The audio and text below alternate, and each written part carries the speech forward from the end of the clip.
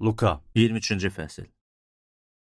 İsa Romalı vali Pilatın və Qalileya hökümdarı Herodun önündə.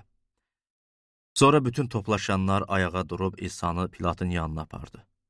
Onu ittiham eləməyə başlayaraq dedilər: Biz gördük ki, bu adam millətimizi yoldan çıxarır. Qeysərə vergi verməyə mane olur və özünü Məsih padşah adlandırır. Pilat ondan, Yəhudilərin padşahı sənsənmi, deyə soruşdu. İsa cavabında ona dedi: Bunu sən özün dedin. Pilat başçı kahinlərə və xalqa dedi: Mən bu adamda heç bir təqsir görmürəm. Amma onlar təkid eləyərək deyirdilər: Bu adam Qalileyadan tutmuş bu yerə qədər bütün Yəhudiyada təlim öyrədərək xalqı təşvişə salır. Pilat Qalileya barədə eşidib soruşdu: Məyər bu adam Qalileyalıdır? İsa'nın Herodun idarə elədiyi vilayətdən olduğunu bildikdə, onu Herodun yanına göndərdi. Çünki o günlər Herod da Yerusəlimdə idi. Herod İsa'nı gördükdə çox sevindi.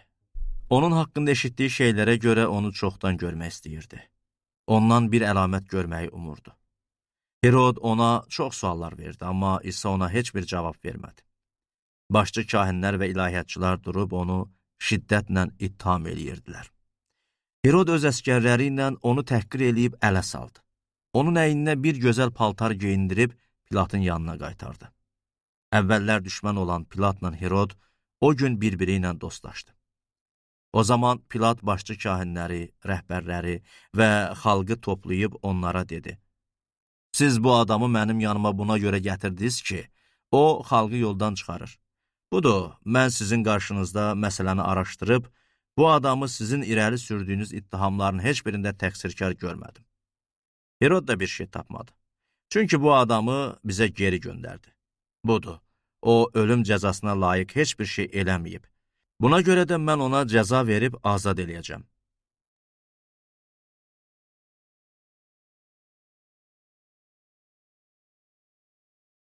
Amma bütün xalq birlikdə çığırırdı: Bu adam öldürülsün, bizə Barabbanı azad elə. Barabba şəhərdə üsyan qaldırmaq və adam öldürmək üstündə zindana atılmışdı. Pilat İsanı azad eləmək istəyərək yenə də səsini ucaltdı. Amma onlar onu çarmıxa çək deyə bağırırdılar. Pilat üçüncü dəfə onlara dedi: Axı o nə pislik eləyib? Mən onda ölüm cəzasına layiq heç bir təqsir görmədim. Buna görə də onu cəzalandırıb azad eləyəcəyəm. Amma onlar təkid eləyərək uca səslə tələb eləyirdilər ki, o çarmıxa çəkilsin. Onların səsi hamıdan bərk gəlirdi. Pilat onların tələbini yerinə yetirmək qərarına gəldi. Üsyan qaldırıb adam öldürdüyünə görə zindana atılmış adamı onların tələbinə görə azad elədi. İsanı isə onların ixtiyarına təslim elədi. İsa çarmıxa çəkilir. Əskərlər İsanı apararkən kənd yerindən gələn Şimon adlı Kirenalı bir nəfər yaxaladılar. Çarmıxı onun boynuna yükləyib İsanın ardınca daşımağa məcbur elədilər. İsa'nın ardınca böyük bir izdiham və onun üçün ağlayıb nalə çəkən qadınlar gedirdi. İsa onlara tərəf dönüb dedi: Ey Yerusəlim qızları, mənim üçün ağlamayın. Özünüz və övladlarınız üçün ağlayın. Çünki elə günlər gəlir ki, nə bəxtiyardı sonsuz, doğmamış bətinlər və əmizdirməmiş döşləri olan qadınlar deyəcəklər. O zaman dağlara, üstümüzə yıxılın, təpələrə bizi örtün deməyə başlayacaqlar. Çünki yaşıl ağacın başına bunları gətirirlərsə, bəs qurumuş ağaca nə olacaq? İsa ilə birlikdə iki cinayətkar da edama aparılırdı. Kəllə adlanan yerə gələndə orada onu və cinayətkarları, birini sağında, birini də solunda çarmıxa çəkdilər. Amma İsa deyirdi: Ata, onları bağışla, çünki neynədiklərini bilmirlər. Onlar püşk ataraq onun paltarlarını aralarında bölüşdürdülər. Camaat durub tamaşa eləyirdi. Onlarla birlikdə rəhbərlər də İsa'ya istehza eləyib deyirdilər: Başqalarını xilas eləyirdi. Əgər o Allahın seçdiyi Məsihdirsə, qoy özünü də xilas eləsin. Əskərlər də yaxınlaşıb onu ələ saldılar. Ona şərab sirkəsi təqdim eləyib belə dedilər: Əgər sən Yəhudilərin padşahısansa, özünü xilas elə. Onun üzərində Yəhudilərin padşahı budur yazısı yazılmışdı. Çarmıxa çəkilmiş cinayətkarlardan biri ona böhtan ataraq deyirdi: "Məyər sən Məsih deyilsən? Özünü də bizi də xilas elə." O biri cinayətkarsa ona qadağan eləyərək deyirdi: "Sən heç Allahdan qorxmursan. Sən özün də eyni cəzaya məhkum olmusan. Biz ədalətlə məhkum olunmuşuq. Çünki əməllərimizə layiq olan əvəzi alırıq. Bu adamsa heç bir haqsızlıq eləməmişdi." Sonra İsa'ya dedi: "Ey İsa, öz padşahlığına gələndə məni xatırla." İsa ona dedi: "Sənə doğrusunu deyirəm.